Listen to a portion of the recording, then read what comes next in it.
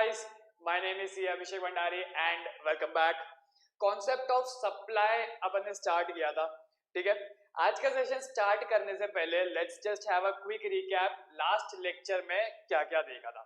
देख, last lecture में we started with concept of supply. उसमें सप्लायर कौन होता है वो देखा था, रेसिपिएंट कौन होता है वो चेक किया था, सप्लाई क्या होती है वो भी देखा था, ठीक है। देख, स्क्रीन पे तुमको दिख रहा होगा सप्लायर। सप्लायर कौन होता है? वो बंदा जो गुड्स या सर्विसेज की सप्लाई करता है रेसिपिएंट को। रेसिपिएंट मतलब तुम्हारा बायर हो जाता है, ठीक है। सप्लाई तुम्हारा अंडर जीएसटी टैक्सेबल इवेंट हो जाता है। सो अपन ने सप्लायर का डेफिनेशन देख लिया था, रेसिपिएंट का डेफिनेशन देख लिया था, सप्लाई भी देख लिया था, ठीक है। अब उसके बाद we started with section 7। Section 7 के दो पार्ट है, 7.1 एंड 7.2। 7.1 बोलता है सप्लाई इंक्लूड्स। अगर सप्लाई इंक्लूड्स मतलब अगर वो सप्लाई है तो उस पे जीएसटी लगेगा। Section 7.2 talks about supply excludes, ठीक है, जो अपन ने फिलहाल के लिए साइड में रखा हुआ है। At present we are focusing on 7.1।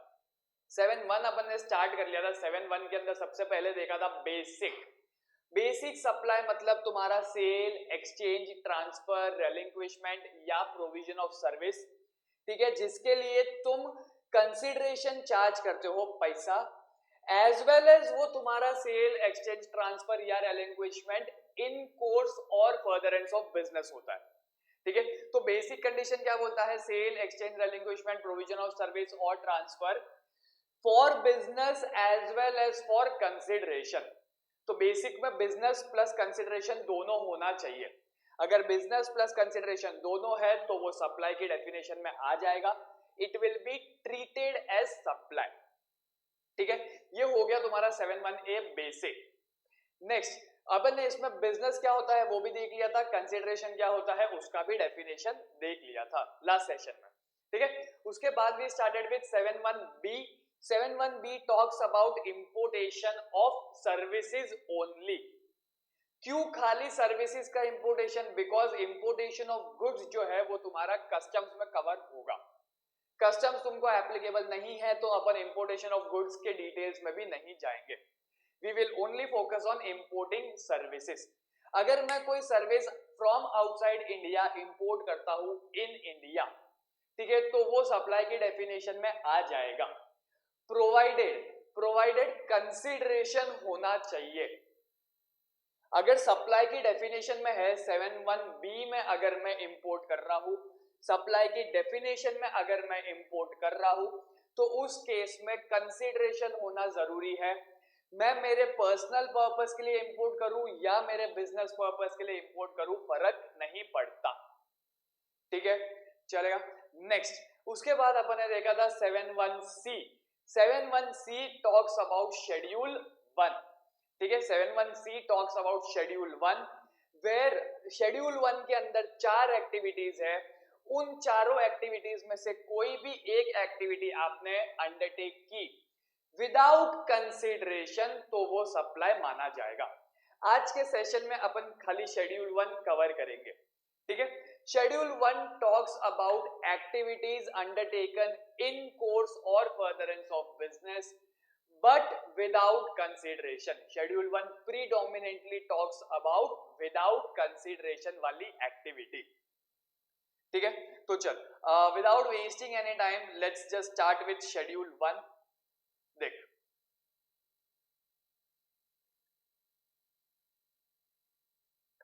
Schedule 1 मतलब deemed supply that is without consideration. आपको 4 एक्टिविटी दी है, ये 4 एक्टिविटी के अलावा कोई और अगर एक्टिविटी आप अंडरटेक करते हो विदाउट कंसिडरेशन तो वो सप्लाई नहीं माना जाएगा। बट अगर आपने इन चारों में से कोई भी एक एक्टिविटी अंडरटेक कर ली without consideration, it will be deemed to be supplied in course और फर्दरेंस ऑफ बिजनेस एंड उसको अपन सप्लाई मान लेंगे, ठीक है। तो सबसे पहला एक्टिविटी आपका है बिजनेस एसेट। सबसे पहले एक्टिविटी का हेडिंग क्या है? Business asset. ये जो हेडिंग मैंने दी है ना, ये सारी हेडिंग्स मैंने खाली आपकी अंडरस्टैंडिंग के लिए दी है। अगर आप अपनी टेक्स्ट बुक रेफर करोगे तो टेक्स्ट बुक में ये हेडिंग नहीं मिलेगी। हावेवर जो पॉइंट्स है, जो इसके कॉन्सेप्ट्स है, वो आपको एकदम सेम मिलेंगे, ठीक है। तो इसके अंदर 4 एक्टिविटी है। पहली एक्टिविटी है बिजनेस एसेट, सेकेंड एक्टिविटी है related party distinct person, third activity है supply between agent and principal, and fourth activity है इंपोर्टेशन ऑफ सर्विसेज ओनली, ठीक है। शेड्यूल वन मतलब सप्लाई विदाउट कंसीडरेशन। तो कौन कौन सी सप्लाई है? 4 टाइप की सप्लाई है इसके अंदर। सबसे पहला business asset, second supply between related party distinct persons, third supply between agent and principal, and last importation of services. Clear है? वापस शेड्यूल वन मतलब supply without consideration. Without consideration अगर मैं बात करता हूं तो 4 ही एक्टिविटी आएगी, 4 ही सप्लाई आएगी। सबसे पहले business asset, second between related party and distinct person, third between agent and principal, and last importation of services, ठीक है। One last time, schedule one मतलब सप्लाई विदाउट कंसीडरेशन। अगर विदाउट कंसीडरेशन में supply कर रहा हूं तो खाली 4 सप्लाई कर सकता हूं विदाउट कंसीडरेशन। इन चारों के अलावा अगर मैंने कोई फिफ्थ सप्लाई कर दी तो वो सप्लाई नहीं माना जाएगा, ठीक है। 4 सप्लाई कौन सी है? सबसे पहला business asset, second supply between related party and distinct person, third supply between agent and principal, and last importation of services. ये क्या? ठीक है। अभी देख, सबसे पहला क्या बोलता है? Business asset. बिजनेस एसेट्स मतलब वो एसेट्स जो तुम तुम्हारे बिजनेस में यूज कर रहे हो, वो एसेट जो तुम तुम्हारे बिजनेस में यूज कर रहे हो, ठीक है। अब सप्लाई कब होता है? जब तुम सेल, एक्सचेंज, ट्रांसफर, रेलिंक्विशमेंट करते हो या कोई सर्विस प्रोवाइड करते हो, तब सप्लाई होगा। मतलब कहना इसे, मेरे बिजनेस में कुछ एसेट्स है, वो एसेट्स का मैं सेल, ट्रांसफर, रेलिंक्विशमेंट या एनीथिंग रिलेटेड टू सप्लाई कर रहा हूं विदाउट कंसीडरेशन, ठीक है। सॉरी, देख, बिजनेस एसेट क्या बोलता है? When any business asset if permanently sold, transferred और disposed without consideration. any business asset मतलब any asset which you were using it in your business, अगर आप उसको परमानेंटली सेल, ट्रांसफर या डिस्पोज करते हो विदाउट कंसीडरेशन, अगर आपका कोई बिजनेस एसेट है जिसका आप परमानेंटली सेल, ट्रांसफर या डिस्पोज करते हो विदाउट कंसीडरेशन, तो उस केस में शेड्यूल 1 लग जाएगा, उस केस में शेड्यूल 1 लग जाएगा, एंड सच ट्रांसफर और disposal will be treated as supply. समझ में आ गया? ठीक है। विदाउट कंसीडरेशन इंपॉर्टेंट है इसके अंदर।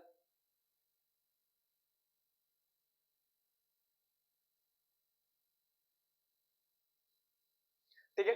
बिजनेस एसेट क्या बोलता है? अगर आपके पास कोई बिजनेस एसेट है, ठीक है, जिसको आप विदाउट कंसीडरेशन परमानेंटली ट्रांसफर या डिस्पोज कर देते हो, तो उस ट्रांसफर या डिस्पोजल पे उस ट्रांसफर या डिस्पोजल को सप्लाई माना जाएगा, ठीक है। नेक्स्ट कंडीशन क्या है? ITC must have been availed at the time of purchase of such asset. Condition क्या है? आप जो बिजनेस एसेट को परमानेंटली सेल या ट्रांसफर या डिस्पोज कर रहे हो, उस एसेट को जब आपने खरीदा था तो उस पे आपने अगर कोई जीएसटी पे किया है तो उस जीएसटी का आईटीसी अवेल करना चाहिए था। देख, इसको है ना अपन एक एग्जांपल के इसमें समझते हैं। क्या बोला है देखते देख। बिजनेस एसेट की बात कर रहे हैं, ठीक है। एक सप्लायर है, एक रेसिपिएंट है, और बीच में है तुम्हारा बिजनेस एसेट। बीच में है तुम्हारा बिजनेस एसेट। अभी इधर देखिए, सप्लायर क्या करता है? सप्लायर क्या करता है?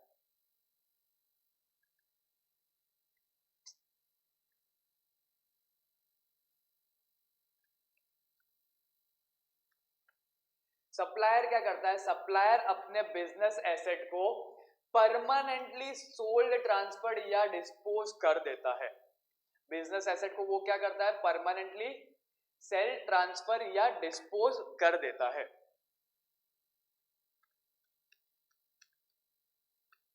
परमानेंटली ट्रांसफर्ड और डिस्पोज्ड विदाउट कंसिडरेशन।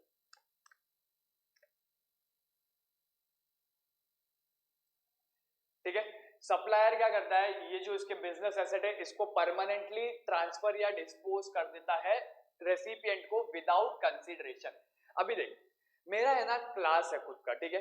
अब क्लास में एसेट क्या होता है, फर्नीचर हो गया, एयर कंडीशन हो गया, ये सब मेरे एसेट होते हैं, ठीक है। मैं क्या करता हूं, मैं क्लास बंद कर रहा हूं तो वो मेरा जो एसी है क्लास का, मैं मेरे दोस्त को फ्री ऑफ कॉस्ट दे देता हूं, ठीक है। मैंने क्या किया, उसको फ्री ऑफ कॉस्ट दे दिया। मेरा एसी मेरे क्लास का एसेट है, बरोबर, मेरा क्लास मेरा बिजनेस या प्रोफेशन है। तो अगर वो एसी को मैं मेरे दोस्त को फ्री ऑफ कॉस्ट दे रहा हूं तो कहना से मैंने मेरा बिजनेस एसेट परमानेंटली ट्रांसफर कर दिया या डिस्पोज कर दिया। तो उस केस में मैं मेरे फ्रेंड को जो भी मेरा बिजनेस एसी दे रहा हूं that will be treated as supply, उसको सप्लाई माना जाएगा। अब मेरे दोस्त से मैंने पैसे तो लिए नहीं, विदाउट कंसीडरेशन हो गया, बेसिक कंडीशन फुलफिल नहीं हो रही, बट वो शेड्यूल 1 में आ रहा है, देयरफॉर उसको मैं सप्लाई मानूंगा। इसकी कंडीशन क्या है, ये जो बिजनेस एसेट मैं ट्रांसफर या सेल कर रहा हूं ना, इस बिजनेस एसेट को मैंने खरीदा होगा एक पॉइंट पे, इस बिजनेस एसेट को मैंने एक पॉइंट पे कभी खरीदा होगा, ठीक है।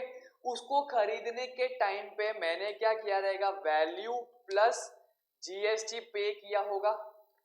मैंने क्या किया होगा, वैल्यू प्लस जीएसटी पे किया होगा। तो कंडीशन क्या बोलता है कि ये जो जीएसटी मैंने पे किया ना, इस जीएसटी का मैंने आईटीसी लेना चाहिए eight the time of purchase. Condition क्या बोलता है, ये जो मैंने जीएसटी पे किया उस जीएसटी का मैंने at the time of purchase ITC लेना चाहिए। ITC must have been availed at the time of purchase of such asset. Such asset मतलब कौन से एसेट, वो एसेट जो मैं परमानेंटली सेल, ट्रांसफर या डिस्पोज कर रहा हूं। समझ में आया, ठीक है, क्लियर है। इधर देख, वापस मैंने ये एसेट कभी ना कभी बाय किया होगा, मैंने ये एसेट कभी ना कभी बाय किया होगा, उसको बाय करने के टाइम पे मैंने उस पर जीएसटी पे किया होगा, ठीक है। तो कंडीशन क्या बोलती है कि अगर मैंने जीएसटी पे किया था eight the time of purchase of such business asset तो उस जीएसटी का मैंने आईटीसी अवेल करना चाहिए। अगर मैं आईटीसी अवेल नहीं कर रहा मतलब मैं कंडीशन फुलफिल नहीं कर रहा, अगर मैं कंडीशन फुलफिल नहीं कर रहा मतलब मेरा वो सप्लाई नहीं माना जाएगा। गेला डोक्यात, ठीक है। बिजनेस एसेट क्लियर है।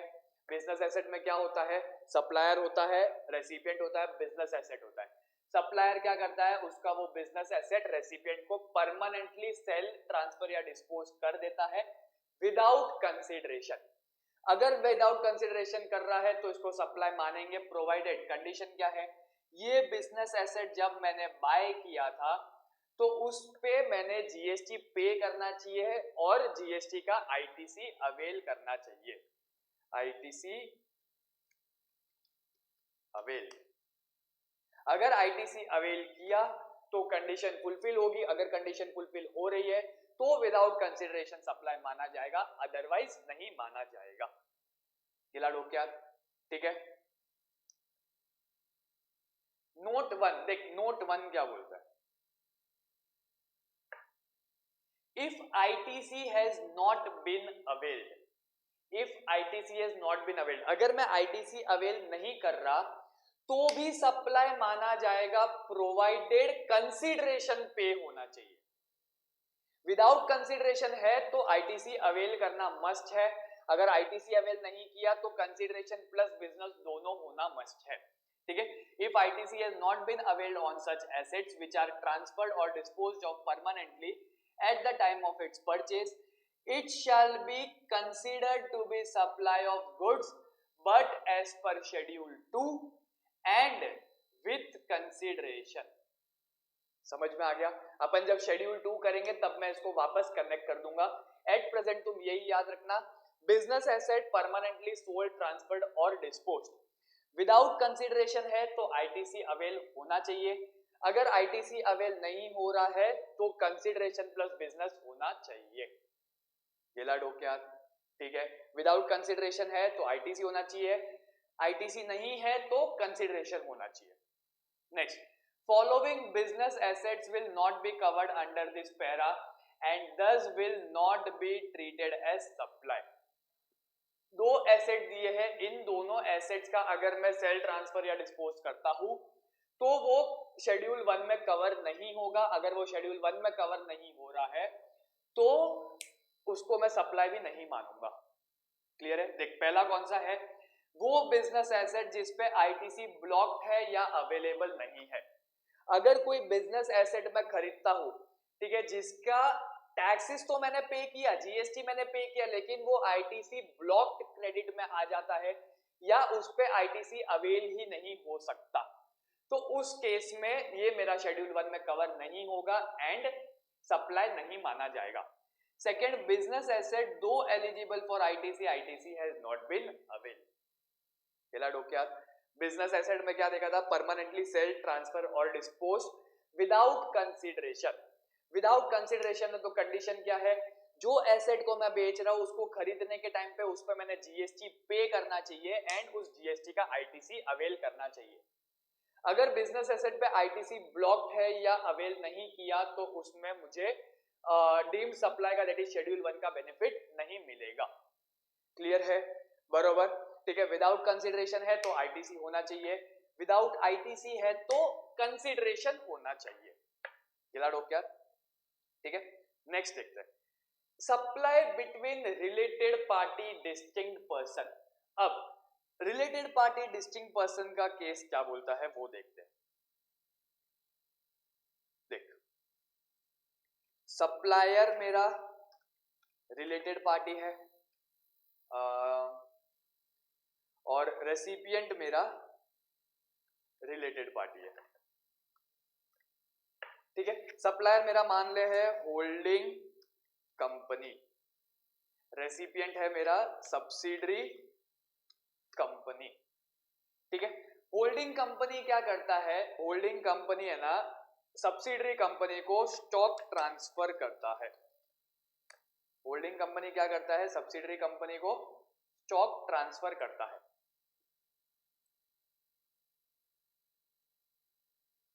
होल्डिंग कंपनी क्या करता है, सब्सिडरी कंपनी को स्टॉक ट्रांसफर करता है. तो अभी इधर देख, स्टॉक ट्रांसफर किया है होल्डिंग कंपनी ने, तो मेरे को बता लॉजिकली वो स्टॉक ट्रांसफर का पैसा लेगा क्या. भाई मेरे पास पड़ा है, सब्सिडरी कंपनी, होल्डिंग कंपनी क्या करता है, मैन्युफैक्चरिंग करता है. होल्डिंग कंपनी क्या करता है, मैन्युफैक्चरिंग करता है एंड सब्सिडरी कंपनी क्या करता है, उसका सेल करता है. तो होल्डिंग कंपनी के पास स्टॉक पड़ा है जो उसने मैन्युफैक्चर किया, उसने क्या किया, सब्सिडरी कंपनी को दिया, सब्सिडरी कंपनी आगे वो स्टॉक बेचेगा. तो इस केस में ये स्टॉक ट्रांसफर पे उसने जीरो कॉस्ट चार्ज किया, फ्री ऑफ कॉस्ट उसने स्टॉक ट्रांसफर किया. ठीक है, फ्री ऑफ कॉस्ट उसने स्टॉक ट्रांसफर किया. तो शेड्यूल 1 क्या बोलता है, any supply between related party और distinct person without consideration will be deemed supply as per schedule 1. ठीक है, तो इस केस में होल्डिंग कंपनी ने जो भी स्टॉक ट्रांसफर किया सब्सिडरी कंपनी को फ्री ऑफ कॉस्ट, इसको अपन सप्लाई मानेंगे. इसको अपन क्या करेंगे, सप्लाई मानेंगे. ठीक है, देख, supply must be in course और फर्दरेंस ऑफ बिजनेस. अगर रिलेटेड पार्टी या डिस्टिंक्ट पर्सन क्वेश्चन में आता है तो always there will be a business, always there will be a business. ठीक है, next, gift more than ₹50,000 by an employer to employ shall be treated as supply. इधर देख, employer है, गिफ्ट है एंड सामने एम्प्लॉई है। एम्प्लॉयर है, gift है और सामने एम्प्लॉई है, ठीक है। एम्प्लॉयर अगर उसको 10,000 का गिफ्ट देता है, एम्प्लॉयर अगर उसको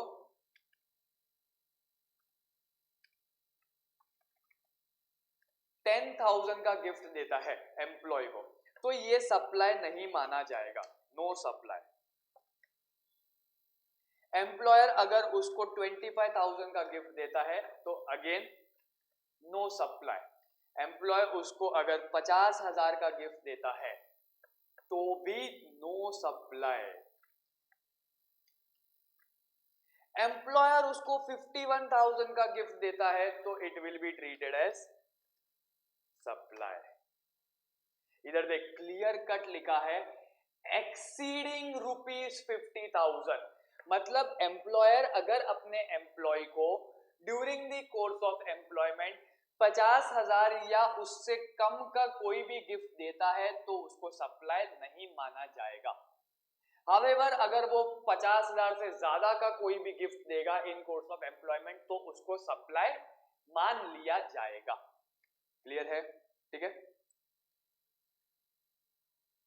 देख, नोट टू क्या बोलता है? In case of any transaction between related party distinct person, supply is always in course और फर्दरेंस ऑफ बिजनेस। सप्लाई हमेशा तुम्हारा बिजनेस रिलेटेड ही होगा, ठीक है। चल एक काम कर, 2 मिनट देता हूं तुमको, एक बार फटाफट business asset and related party पढ़ ले along with note 1 and note 2, ठीक है, जल्दी।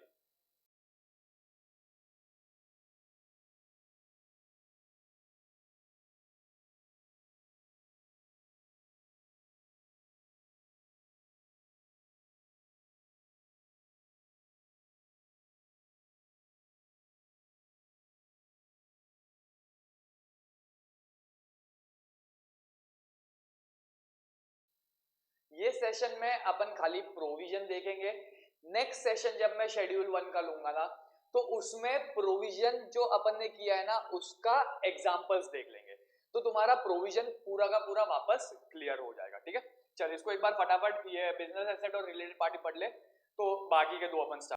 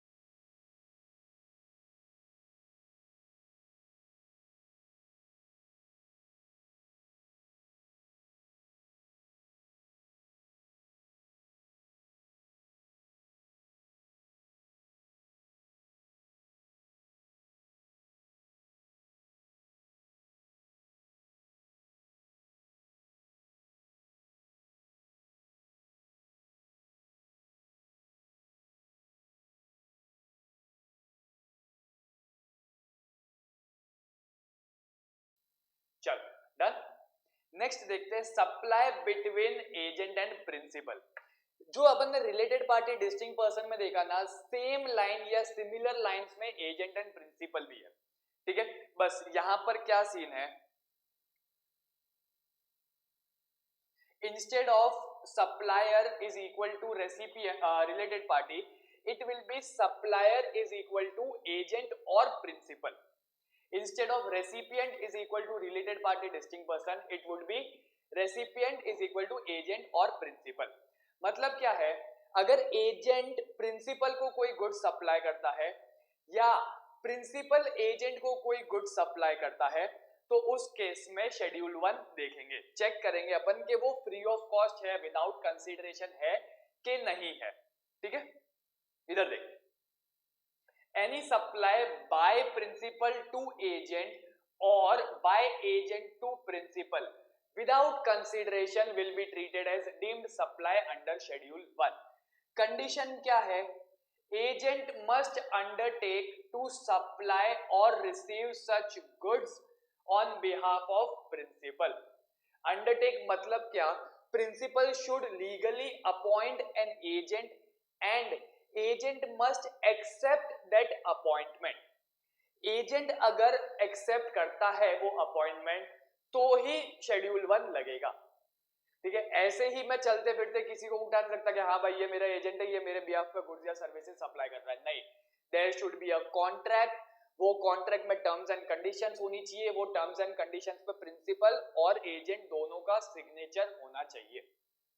क्लियर है, ठीक है। उसके बाद अगर एजेंट किसी से गुड्स खरीद के प्रिंसिपल को देता है या प्रिंसिपल से गुड्स लेके किसी को आगे बेचता है तो उस केस में any transaction between principal and agent without consideration will be deemed supply.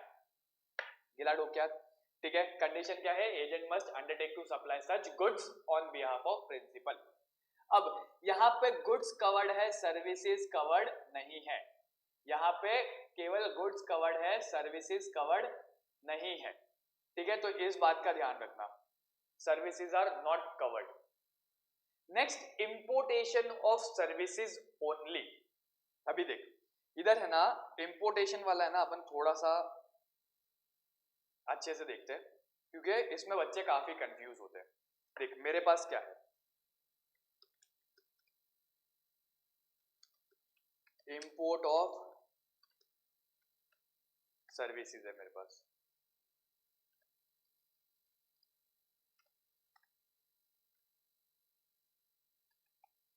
मेरे पास क्या है? Importation of service. Importation of service अपन ने कहां देखा था? सप्लाई के डेफिनेशन में, सेक्शन 7(1)(b) में देखा था, ठीक है। तो इंपोर्टेशन ऑफ सर्विस है ना, दो जगह पे है। एक तुम्हारा सप्लाई के डेफिनेशन में है जिसको अपन बोलते हैं 7(1)(b), ठीक है। और दूसरा तुम्हारा आया अभी शेड्यूल 1 में, schedule 1 para 4,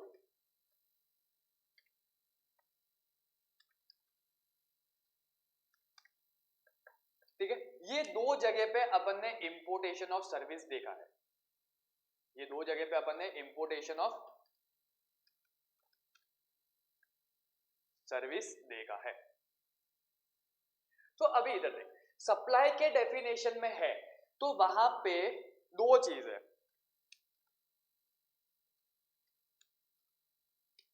consideration, consideration, business, personal, ठीक है। तीन चीज है इधर। कंसीडरेशन मस्ट है, होना जरूरी है, कंसीडरेशन जरूरी है, ठीक है। ये तो तुम्हारा ऑलरेडी शेड्यूल 1 है, मतलब ऑलरेडी विदाउट कंसीडरेशन होगा।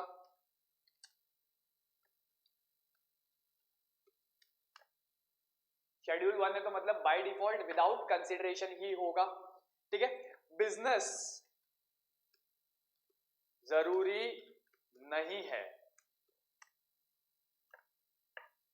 लाइकवाइज पर्सनल होना भी जरूरी नहीं है। मतलब क्या कि भैया अगर मैं सप्लाई की डेफिनेशन में इंपोर्ट कर रहा हूं, अगर विथ कंसीडरेशन है तो वो बिजनेस पर्पस के लिए हो या पर्सनल पर्पस के लिए हो फर्क नहीं पड़ता, बिजनेस पर्पस के लिए हो या पर्सनल पर्पस के लिए हो फर्क नहीं पड़ता, ठीक है। यहां पे क्या है? बिजनेस जरूरी है, पर्सनल नहीं हो सकता, हो नहीं सकता, हो नहीं सकता। तो भैया शेड्यूल 1 क्या बोलता है? शेड्यूल 1 क्या बोलता है? Without consideration plus business, personal purpose के लिए अगर मैं इंपोर्ट कर रहा हूं विदाउट कंसिडरेशन, तो वो सप्लाई के डेफिनेशन में बैठेगा क्या? नहीं। क्यों? क्योंकि वहां पे कंसिडरेशन जरूरी है।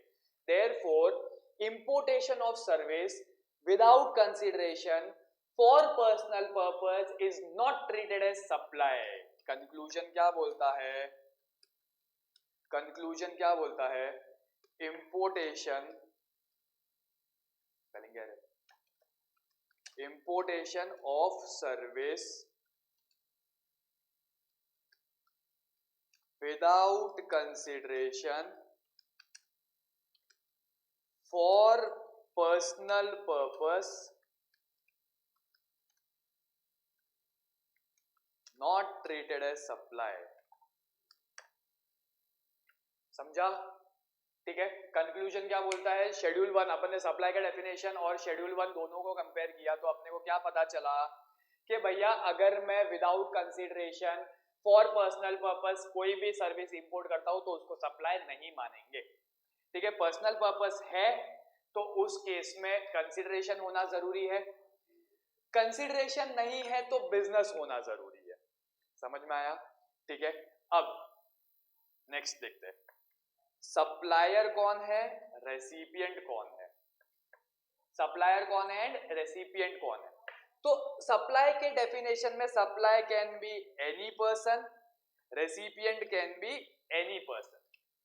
Supplier can be any person, recipient can be any person. दिमाग लगाना ध्यान से। ठीक है। शेड्यूल 1 में अगर मैं इंपोर्ट कर रहा हूं तो विदाउट कंसिडरेशन होगा। बिना पैसों के तुम किससे चीजें खरीदते हो? बिना पैसों के तुम किससे चीजें खरीदते हो? प्रीटी ऑब्वियस है, तुम्हारे किसी सगे वाले से ही खरीदोगे, कोई रिश्तेदार होगा उसी से खरीदोगे। रिश्तेदार को क्या बोलते हैं? Related party. तो सप्लायर कौन होना चाहिए? Related party outside India. क्यों आउटसाइड इंडिया? भैया तुम इंपोर्ट कर रहे हो। सप्लायर कौन होना चाहिए? Outside India, related party. Recipient कौन होना चाहिए? Related party slash distinct person in taxable territory. Taxable territory Madhya India, in India. समझ में आया? तो इसमें क्या डिफरेंस है? देख, सप्लाई के डेफिनेशन में और शेड्यूल 1 में क्या डिफरेंस है? पहला, सप्लाई के डेफिनेशन में कंसिडरेशन होना जरूरी है। शेड्यूल 1 तो खुद बोलता है कि भैया विदाउट कंसिडरेशन चल रहा हूं मैं।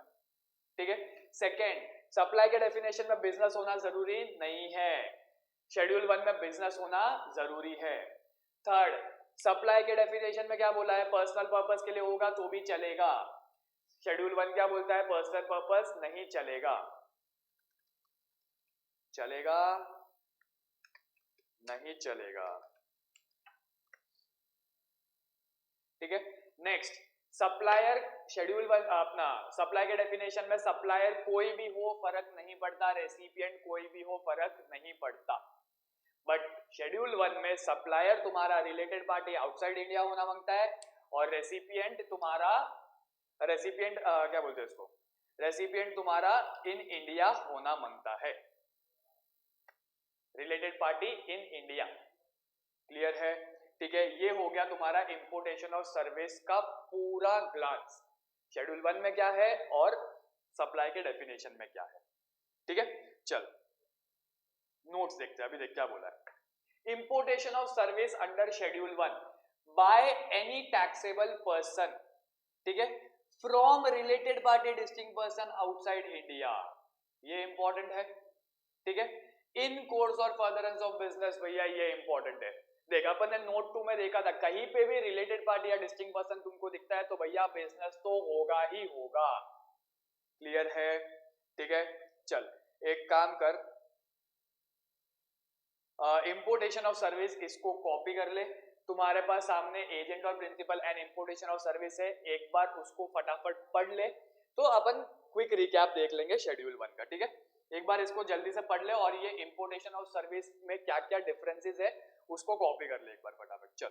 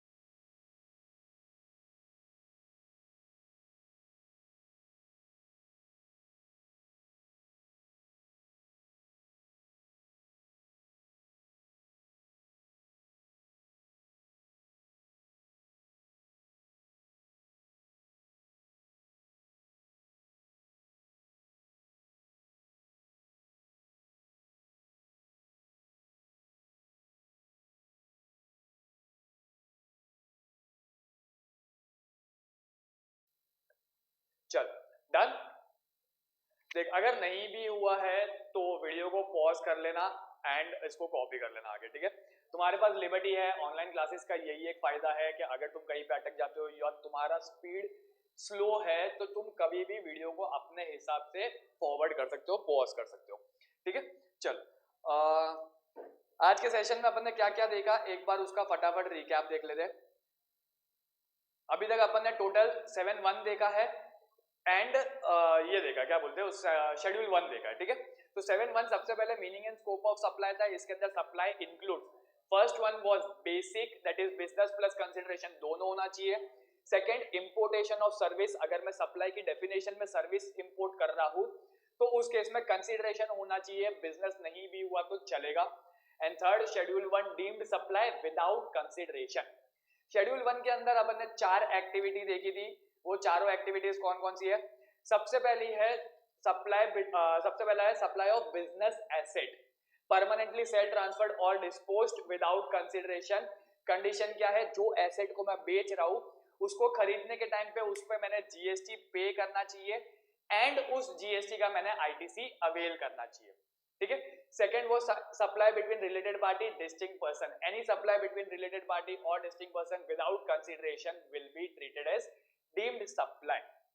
कंडीशन क्या है, supply should be in course और फर्दरेंस ऑफ बिजनेस, ठीक है। नेक्स्ट अपन ने देखा था supply between agent and principal, supply by agent to principal और by principal to agent without consideration will be treated as deemed supply. Condition क्या है, agent must undertake such supply, ठीक है। एंड लास्ट अपन ने देखा था importation of service in schedule 1। Schedule 1 है मतलब प्रीडोमिनेंटली विदाउट कंसिडरेशन है, बिना कंसिडरेशन के तुम किससे चीजें खरीद सकते हो, अपने रिलेटेड पार्टी से। देयरफॉर शेड्यूल 1 के अंदर अगर इंपोर्टेशन ऑफ सर्विस आता है तो इंपोर्टर कौन होना चाहिए, any person in taxable territory.